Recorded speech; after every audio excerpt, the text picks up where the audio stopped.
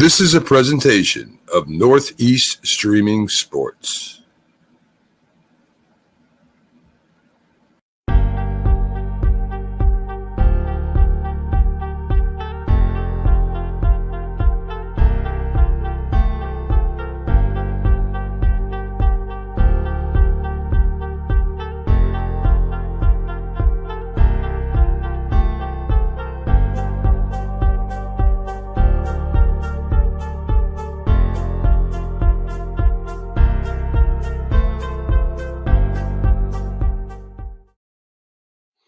Good morning, everybody, and welcome to another episode of Started Up Morning Show here on the Northeast Streaming Sports Network.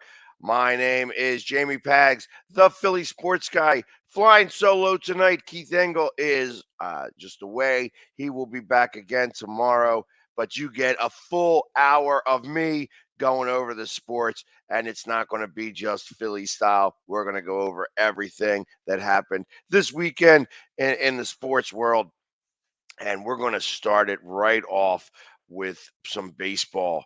And there was a lot of stuff that happened over the weekend. Obviously, everybody came back from the all-star break, and some teams did really well, some teams did not do very well, and we might as well kick it off with where with where I'm from, because that's where I know the most about. The Philadelphia Phillies were one of the teams that did not start off very well after the all-star break. People were asking me specifically what happened. How is it that the Phillies was possible to lose to the Cubs, and they did it in a sweeping fashion. The Cubs were able to go ahead and take all three of these games in Philadelphia, starting off on Friday where it was 15-2. This game, as ugly as it sounds, was just as ugly.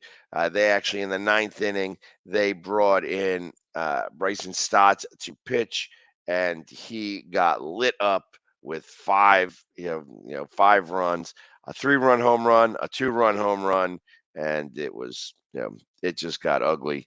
15-2 was that score on Friday. Saturday, it was no different.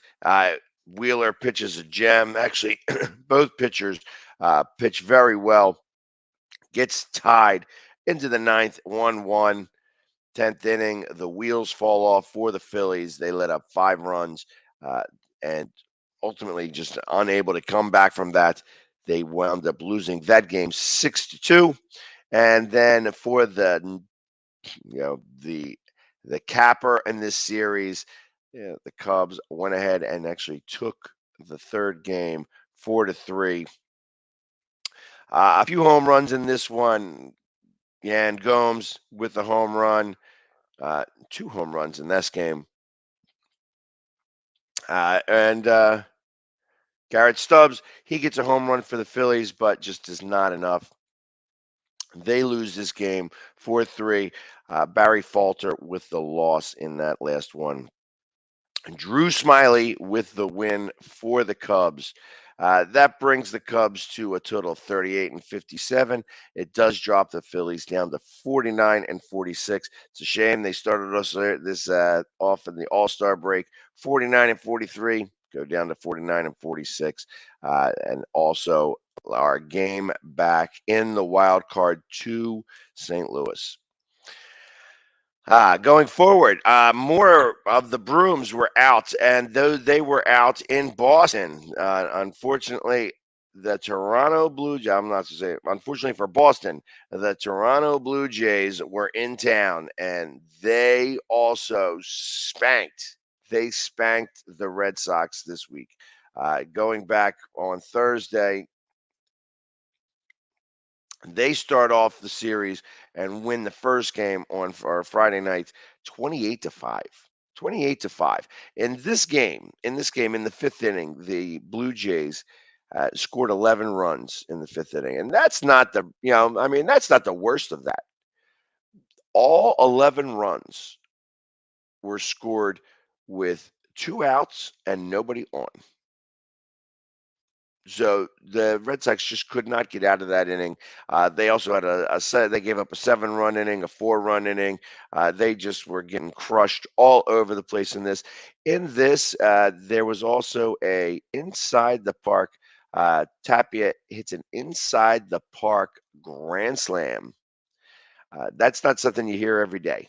An inside the park, a grand slam in this one to start off this series with the Red Sox. The Blue Jays take the opener. The second one, and that just so that everybody knows, right before the All-Star break, the Red Sox gave up 2 games to the Yankees, where the Yankees scored like 14 and 13 runs respectively. So that was 3 games in a row that a grand total of 55 runs in 3 games given up by the Red Sox. Game 2 of the Red Sox actually found the pitching a little bit. Were able to hold uh, the Blue Jays to 4 runs. Still, the bats forgot to show up, and it was only they only scored one. Wound up losing that game 4-1. And in the third game of this series on Sunday, where the Red Sox were trying to save a little bit of face, they were not able to do so. The Blue Jays win this one as well, 8-4. That puts the Blue Jays clearly in second place, 53 and 43. I think they jump over Tampa in the process of this, and the Red Sox wind up going to 500 at 48 and 48. I'm not sure if the wheels have fallen off there in Boston, but I would say that it's getting closer and closer to that. Next, we'll talk about the Marlins and the Pirates, the series that nobody cares about. The Marlins win game 1 of this series on Thursday, 8-1. Pirates win a barn burner in Saturday's game, 1-0. I got to imagine that was just one of these games where it was just tough to watch. That game must have been very, very tough to watch at a 1-0 game in Pittsburgh. That makes a challenge for anybody. And then, of course, yesterday the Marlins win and take the series 2-1 with a 6-5 win in 10 innings. That puts the Marlins at 45 and 54th in the NL East, and the Pirates are at 40 and 56. I think that these teams are both going to really be out of the playoffs. I just don't expect anybody to make a run there. Although the Marlins do have some good pitching, their hitting is just not there. And I don't think that they're going to be able to put enough together. The Pirates are just too far away. They have a fantastic stadium, but just not the players to go along with that stadium. So as we move forward here, I fully expect that the Pirates are going to be out of this completely. So moving on, let's go to the Yankees and the Orioles actually had a really good series. The Yankees won on Thursday after getting swept by Houston in a doubleheader on Thursday. They go to Baltimore on Friday, and they win the first game 7-6. And then go for game 2. The Orioles come back and actually take that one 6-3. And in the third game, the Yankees blank the Orioles 6-0. The Yankees they came out in a ball of fire. Obviously they've come back to earth a little bit, especially after playing Houston Thursday in the All-Star break. It was just like after the All-Star break, gets swept by Houston. Uh, Houston has been a thorn in their side, but they are able to pick up the series win against Baltimore, a rising team. Right now, although they are 5th in the AL East, they are only a half a game behind the Red Sox right now. The Red Sox, who are 48 and 48. Baltimore holds a game in hand at 47 and 48. The Yankees are still in first place, still with the best record in Major League Baseball at 66 and 31, 35 games above 500. But they win 6-0. Nestor Cortez with the win yesterday. Dean Kramer with the loss. Moving on. The Padres and the Mets with two teams with playoff potential here. The Padres on Friday take the first game 4-1. And then also and then on Saturday come back and they actually win the second game in New York. Machado with a 2-run home run, which was enough, and the Mets are considered to be slumping at 2-1 loss. The third game in this series, the Mets were able to come back and win. They take this game 8-5. Alonso's 3-run home run and 4 RBIs is that proves to be the difference. The Padres That brings the Padres to 54-43, second in the NL West behind the Dodgers, and the Mets still holding first place in the NL East at 59-37. The win goes to Drew Smith, and the loss to Joe Musgrove. Edwin Diaz does get a save in that one on Sunday. I know that I'm slipping all back and forth here. The other team in the NL East that's of importance, the Angels, were being hosted by the Atlanta Braves. And on Friday, the Braves came out swinging 8-1. And they crushed the ball in that game. 7 runs. They stunned Ohtani in the 7th. He was unhittable until that point, and then all of a sudden, bam, they were able to get to him. And sometimes that'll happen. So Ohtani gets the loss there in that one. The Braves win the series opener 8-1. In game 2 of this series, the Braves also take that one 7-2 against the Angels. The Angels are just reeling. It's a shame that all of that talent and they just cannot seem to put anything together of any merit over there. They do win the series finale 9-1. So they were able to find the bats, get some 5 runs in the first inning, which would have proved to be enough, but they do score 4 more later. That win puts the Angels at 40-55, 15 games under 500. If you remember, this team started off like a ball of fire, and they were at one point, I think, 29-22. And then all of a sudden went on a 10-game losing streak and just have not been able to recover since then. Again, this is a team that has Ohtani and Mike Trout, but they just do not have this pitching that goes along with it, and they've been just continually losing. They lost their manager, Madden. Joe Madden wound up getting fired in this right after the Phillies series, and they just haven't been able to pick it up. They haven't been able to pick it up since then. The Braves, who are just a hair behind the Mets in the NL East, are second with a record of 58-39. They do lead the wild card race, I think, by a total of 7 games at this point.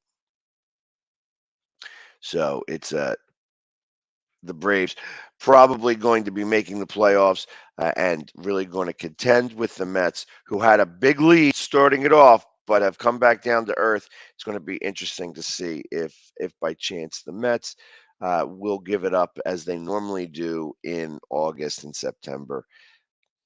I love saying that too. It's always a lot of fun because I know the Mets are really good at Metsing it up.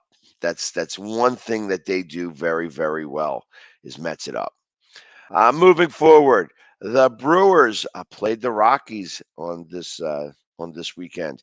They took the starter 6-5. This game went to 13 innings, and I tell you, in baseball right now, with the second base runner in extra innings, it amazes me that these games will go beyond just the 10th or even maybe the 11th.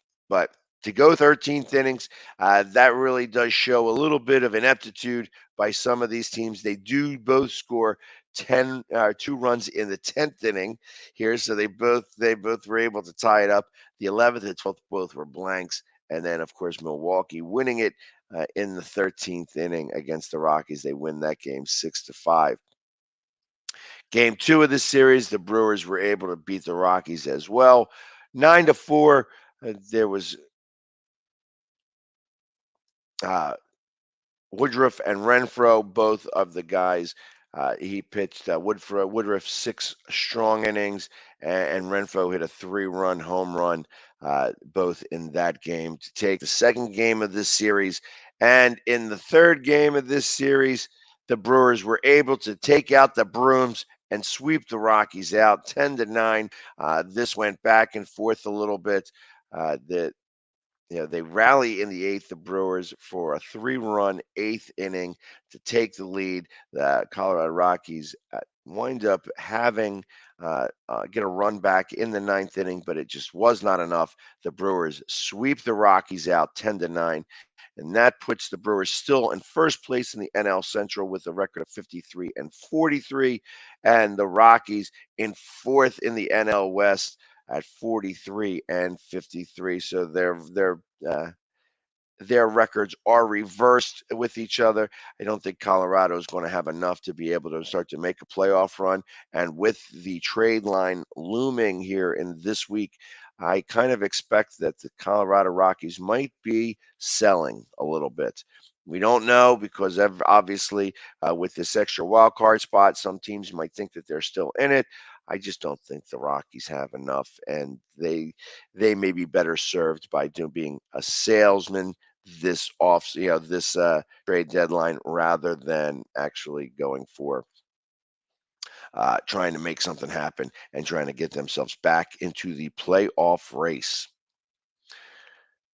Moving forward, the Cleveland Guardians were hosted by the Chicago White Sox. They take the opener on Friday night, 8-2. They come out swinging. They were up like 4-0 in the first, 6-0 by the second, and then just that the pitchers were able to keep everything down. Well, 8-2 was already nice to start that off in Chicago. And then in game 2 of this, the White Sox do get a little bit come back, wind up taking that one 5-4. Pollock is the one who does that. And actually, they had a doubleheader that day, so they wound up having a doubleheader split. As I'm trying to find where the second game was in this one, that's right, 7-4. So the Guardians, it's hard not to say Indians, but the Guardians wind up taking that first one 7-4, and then the back end of that doubleheader, the White Sox take that one 5-4. So they split the doubleheader, and the last game of the series, Chicago is able to equal a series tie, and they have a 6-3 win. Cease goes 6 scoreless innings as they score 5 in the second inning to be able to outlast the Guardians 6-3. That puts the Guardians straight in second place at 48-46 in the AL Central, and Chicago White Sox at 48-48, third in the AL Central. Obviously, they have 2 games. They're 2 games behind the Guardians, 1 game behind the Guardians. The Guardians have 2 games in hand, and they are also fighting for a wild card spot. They're looking up at they're looking up at Seattle and a couple of the other teams in the wild card standings. Moving on.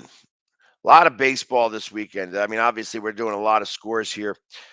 The Tampa Bay Rays face off against the Kansas City Royals. In game 1, they take it. That first one 7-3, and a series again that probably nobody was really watching because Tampa Bay, as good a team as they are, they just don't have any really fans that like to show up at the ballpark. And in Kansas City, being a small market team, it's just too hot to go out to the baseball diamond. So they really just, they play these games. How much was the attendance over here? 22,000. So actually, there was a good crowd on the Friday night. Diaz has a big hit, a 3-run double to lead the Rays to a 7-3 victory in the series opener. They come back and they lose to the Royals in game 2. Singer strikes out 12 in this one, and the Rays lose game 2 of this series to the Royals 6-3, with the final game that came out, and the Royals actually take the series against the Rays 4-2, with Bubic going 7 innings. They edged them out. They were able to score runs in the 7th and 8th inning just to be able to take that the series win. That puts the Rays. They drop down below Toronto with a 52 and 43 record.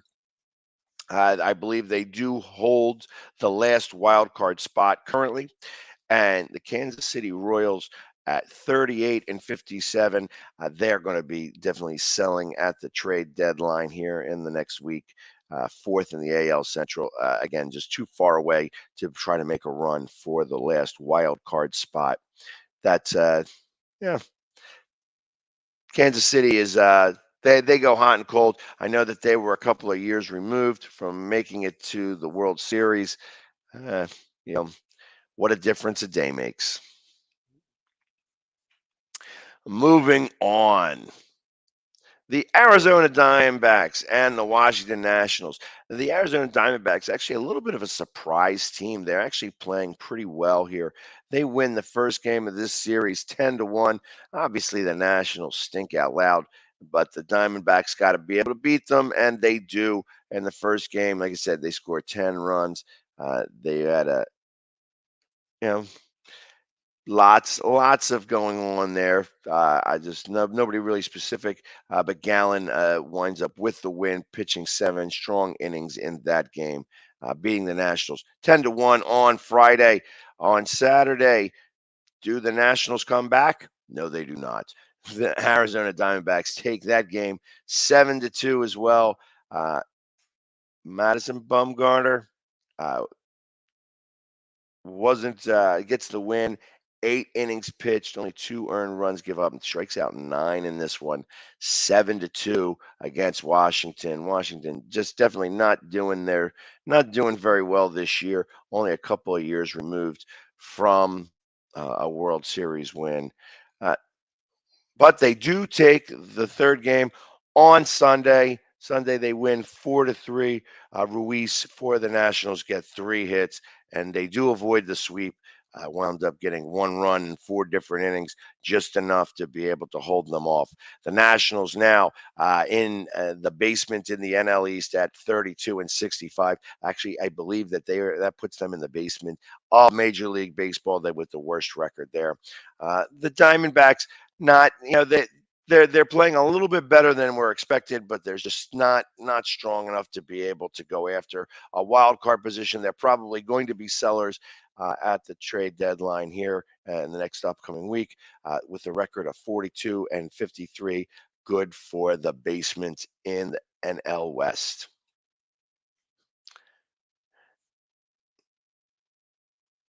The Texas Rangers and the Oakland Athletics had their series, and Oakland starts it off. Bam, Texas, who was strong for a minute and then stopped playing. I don't know why. They just it's like they played against the Phillies and they looked like a club that could have been flipping it over, like that they had gotten past all this mess. Nope, not happening. Lose to the hapless A's. Irvin strikes out 8 over 7 innings. The A's beat the Rangers in the opener 5-4 on Friday. On Saturday, do the Rangers come back? Nope. The A's again 3-1 on Saturday. Rangers defense, they give up 3 errors in this one. That winds up being the difference. I mean, nothing really worth mentioning here. Yeah, there was an error. Error just lets up the runs, and that's really what it was. There was only really 1 earned run by Texas pitching that was given up in this day, and the Athletics wind up taking the Saturday game. And on Sunday, the Rangers do get a little bit of payback. They win this game 11-8. Perez, as says, outduels Blackburn, but I got to imagine that it wound up being a lot closer than it should have been. I mean, Texas was up 11-1 going into the eighth inning, and all of a sudden the Athletics score 4 in the eighth and then score 3 in the ninth. So it created a game that probably could have been over in about 3 hours, made it 4. So, and everybody was loving to watch this game, I'm sure, in Oakland. I bet you they had, I'm going to say, what was yep, that's what I thought. Under $10,000, under 10,000 people in attendance for this one that got to stick for an extra hour in this heat wave. I'm sure that felt really great for them. But like I said, they wound up doing that. Both of these teams out of the wild card race. The Rangers at 43 and 51, which is third for the AL West, and the Oakland Athletics at 35 and 63. They happen to be 2 games above Washington for the worst record in the league, and they are 5th in the AL West.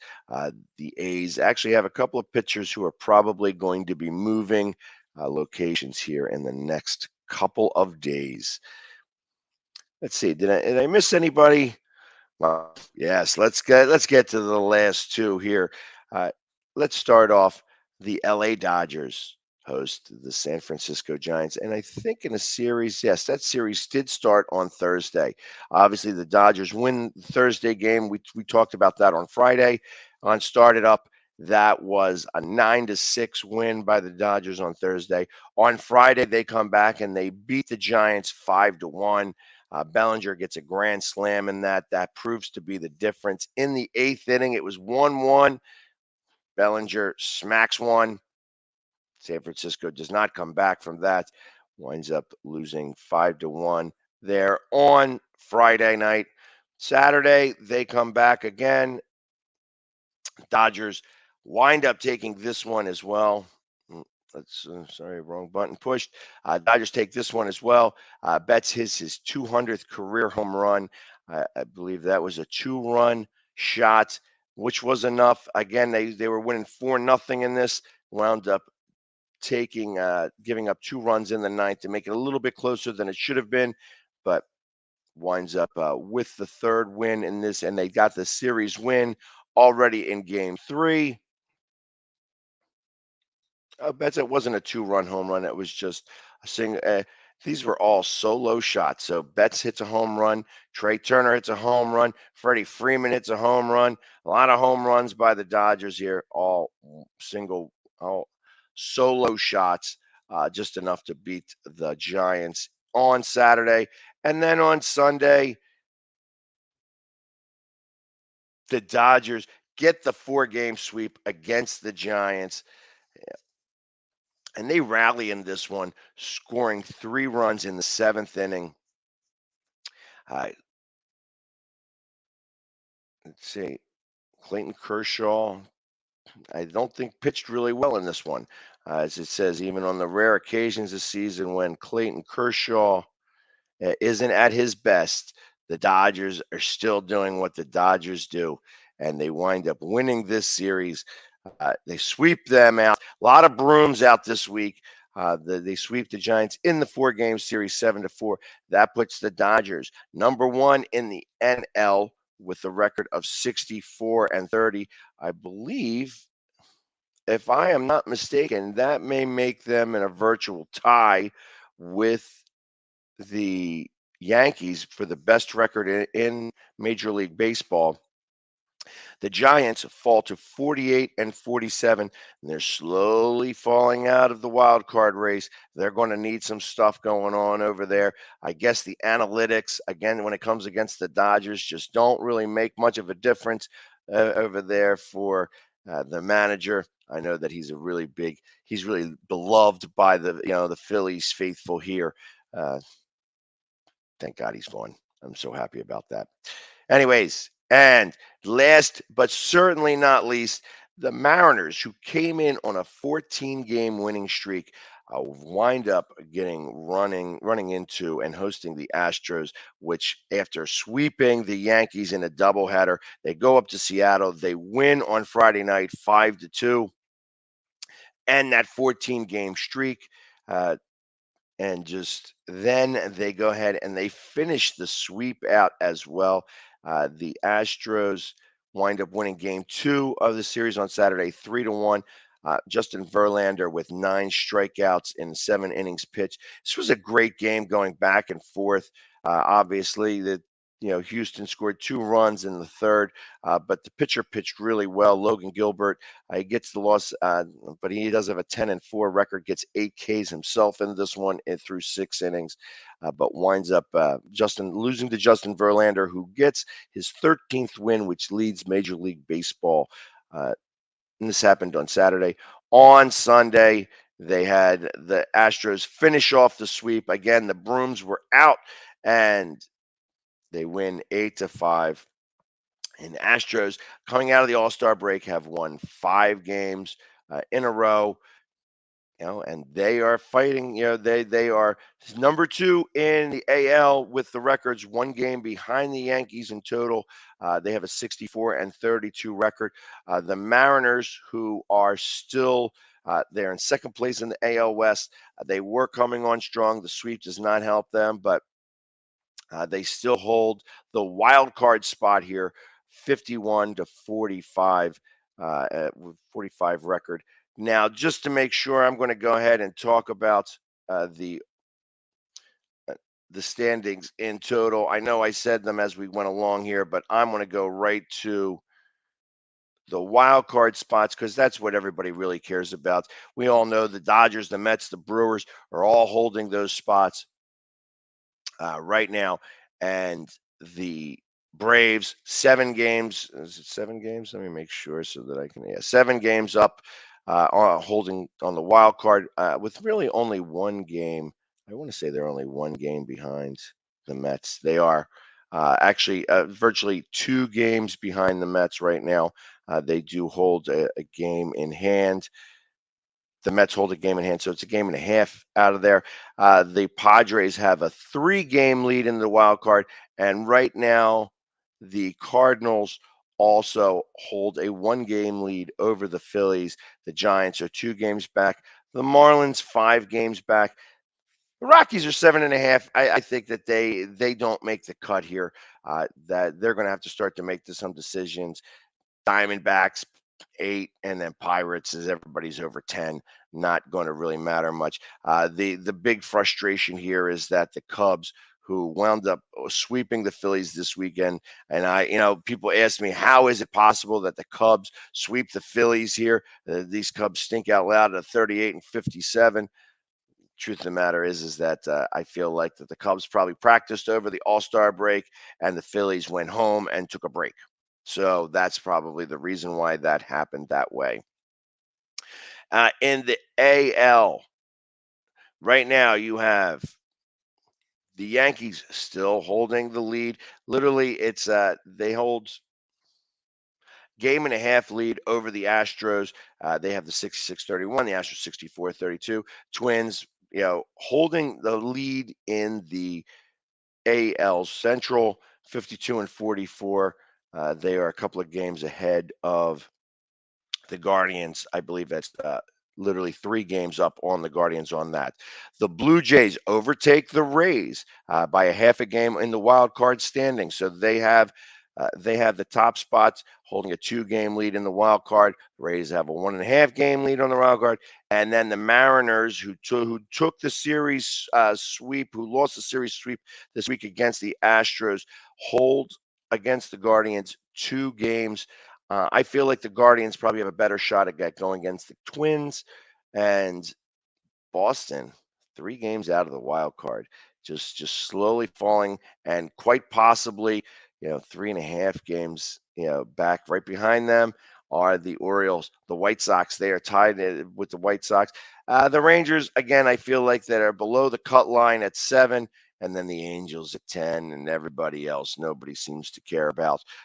They are all down there. So let's take a quick a break here, go over some of our sponsors here, and we will be back momentarily to talk about the rest that happened in the sports world this past weekend on Start It Up.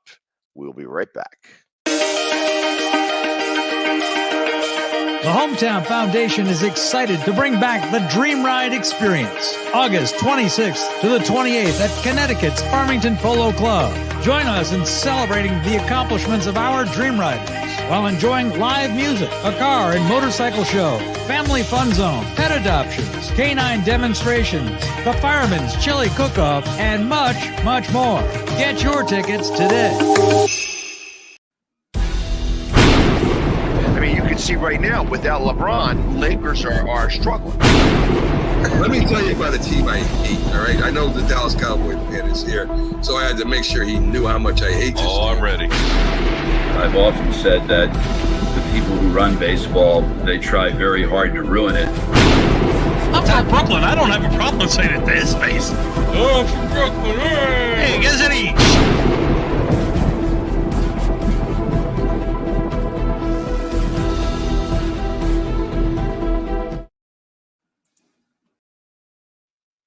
And we are back. Let's go over some of the scores in Major League Soccer. I know soccer doesn't get enough play on this station, but it is one of the top 5 sports, and it just continues to grow here. And we're going to go over all the scores that happened this weekend. We're going to start off with my team, the Philadelphia Union. They beat Orlando 1-0. A goal by Gazdag in the 39th minute proves to be the difference there. They happen to be first in the Eastern Conference in a virtual tie with LAFC for what they call the Supporter Shield, which for the best record in Major League Soccer at 42 points. I'm sorry, 41 points. Last year's champion, NYCFC, beat Inter Miami 2-0. Columbus and New England fight to a 0-0 tie or draw. FC Cincinnati and Nashville also draw at 1. Toronto FC just crush Charlotte FC 4-0. All these games are on Saturday the 23rd. CF Montreal beats DC United 2-1 in their match. Minnesota beats Houston 2-1. LAFC also, like I said, they have right now, by a matter of wins, have the best record in Major League Soccer. 2-0 win over Sporting KC. FC Dallas with a 1-0 win over Real Salt Lake. Seattle Sounders take a 2-1 win over Colorado. Chicago Fire beats Vancouver 3-1. Portland overtakes San Jose 2-1. And then the Sunday games, the New York Red Bulls outlast Austin FC 4-3. And the LA Galaxy, a team that follows the Philly sports guy, beats Atlanta 2-0. Unfortunately, the Galaxy do not play the Union this year, which is a shame because I would have loved to have been able to do some social media stuff with them, as they love checking in with the Philly sports guy every week. Going back and doing more with the news of this week. Of course, some camps have opened up in the NFL, and the Raiders explains that Adams explains the Rodgers Carr Hall of Famer comparison, and he says that Carr could be better than Aaron Rodgers. Come on now. I mean, I guess I laugh when I hear some of these, wide receivers talking like, oh yeah, my guy, my quarterback is so much better than my last quarterback. I mean, what are they going to say? Oh no, my I much rather would have Rodgers. Rodgers was so much better. My quarterback stinks now. Come on now. But is Carr going to be a Hall of Fame? Is there really a Hall of Fame comparison? I don't think so. Fantasy football is coming here pretty soon, so they're going to do whatever the Rams decide to keep Ramsey, and he's going to be on the training camp physically unable to perform list. We'll see. We'll see how that occurs. And the Bears are going with an orange helmet. That was kind of the cool. There was a couple of different helmet changes that have happened. That they're going to go with their alternate color in the orange jerseys and orange helmets for the Bears. The Eagles are going with black helmets. So there's a lot of people are playing with the colors of their teams this year. It's going to be interesting to see some of the connections with that. Let's see. In NHL news, of course, Kachuk was the name that everybody was talking about this week. And Kachuk winds up getting traded to the Florida Panthers. And they wind up trading Huberdeau for Kachuk.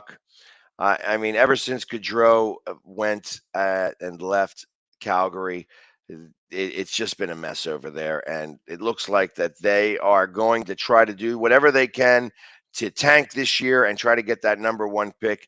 I hear that the guy who's going to be number one in this is like a generational talent, so it should be, it should be pretty good. And then, of course, the Flames GM says that Kachuk's decision to leave had nothing to do with Gaudreau leaving. Come on now. Really? I mean, again, why lie to your people? Why lie? I don't understand. But whatever.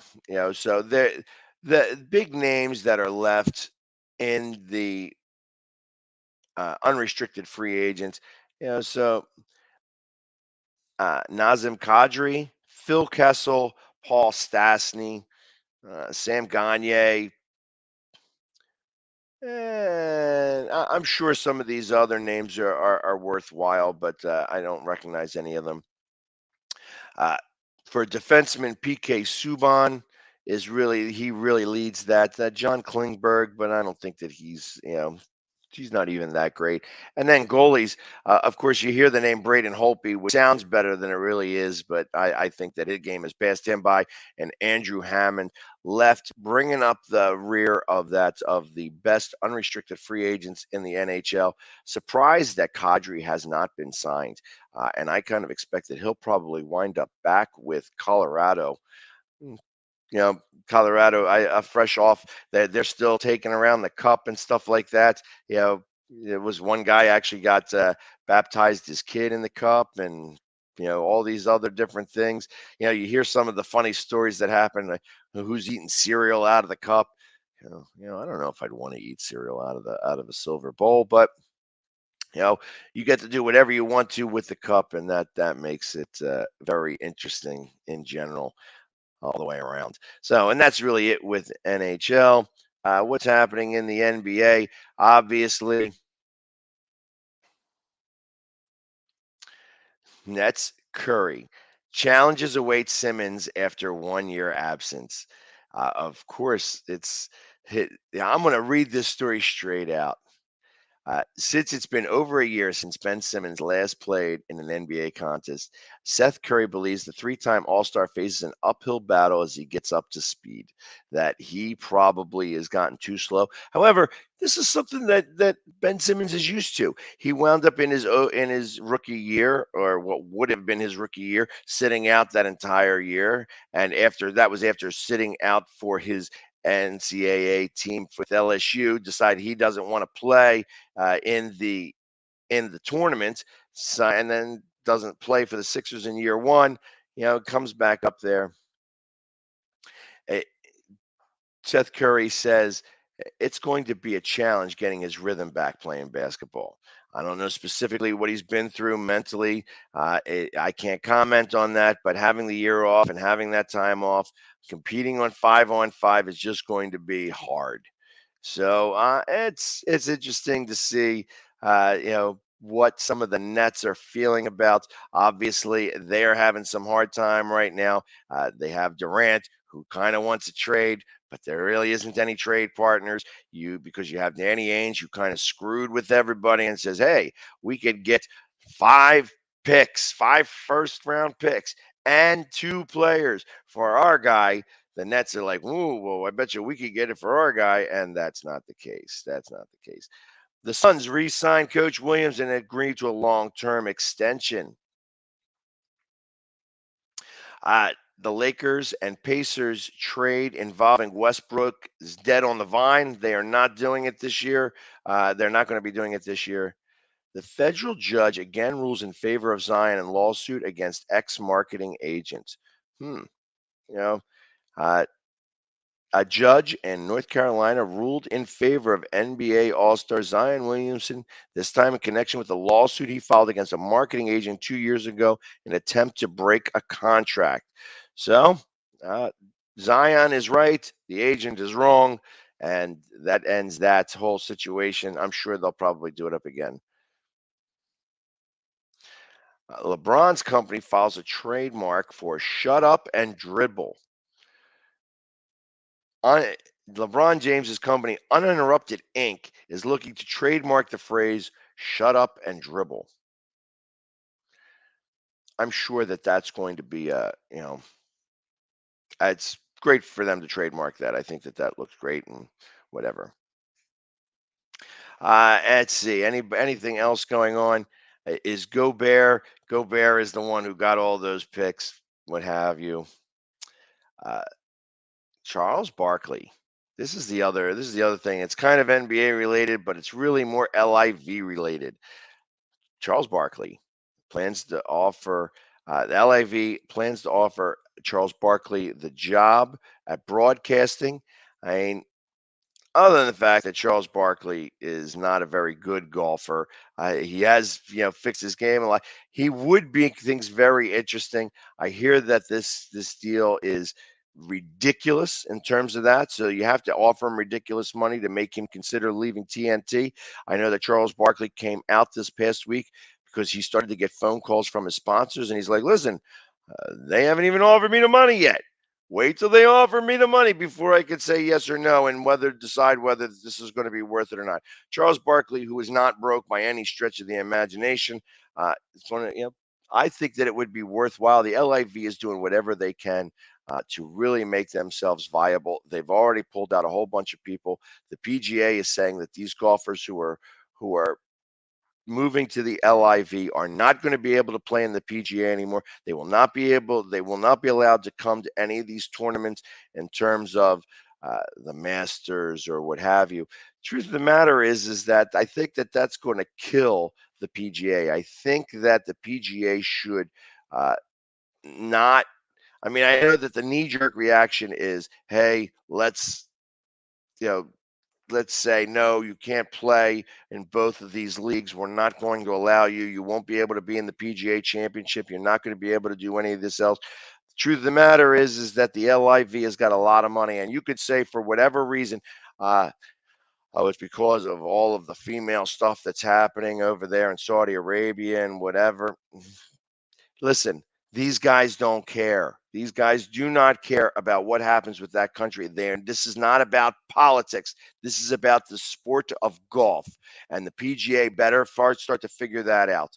I mean, I know that the PGA had to deal with a lot of different things. PGA was like the last one to even allow people of color to really get into some of these clubs and such like that.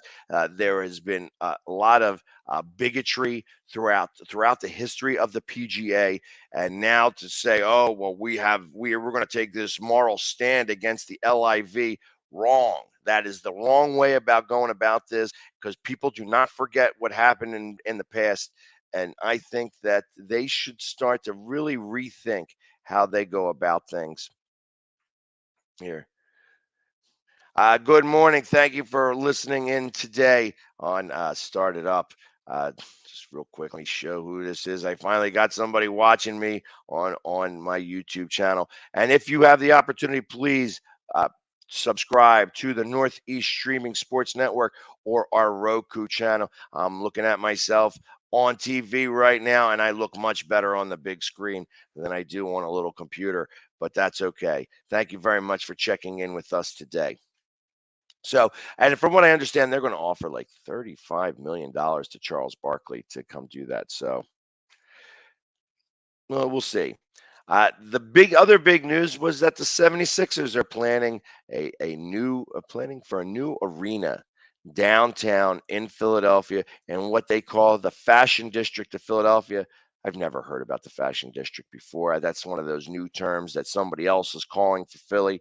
The Sixers, it's supposed slated to be $1.3 billion arena for the Sixers. And I understand why the Sixers are interested in doing this. Obviously, they want to get out of the contract of staying at the Wells Fargo Center. They want their own building. The Harris Group is really smart about this. They wanted to be able to try to move to Wilmington. That didn't quite cut it. So they have a spot downtown in, like they said, the Fashion District of Philadelphia. We'll see if that actually gets done. Obviously, their contract is not up till 2031, which is 9 years from now. Let's see if they even break ground. I feel like that this could be a little bit of a bluff to Comcast, who does own the rights to the Wells Fargo Center, and lease this out to the Sixers. So the Sixers are not making a lot of money in the grand scheme of things. And I tell you, it is very contentious between Sixers and Flyers executives. Like, I don't know why there's such a problem in this regard. I mean, you guys are both Philadelphia teams.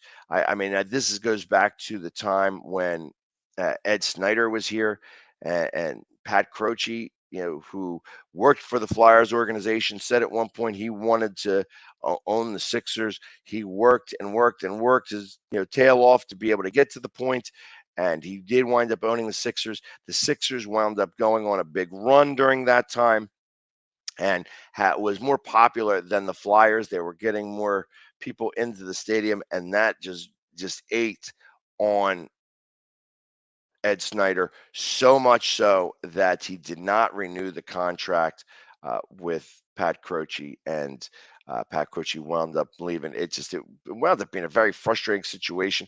But since then, it's been very contentious between Sixers and Flyers, executives. And, the Flyers don't allow the Sixers to really do anything in that building. You're not allowed to use this. You're not allowed to do that. Bop, bop, bop, bop, bop.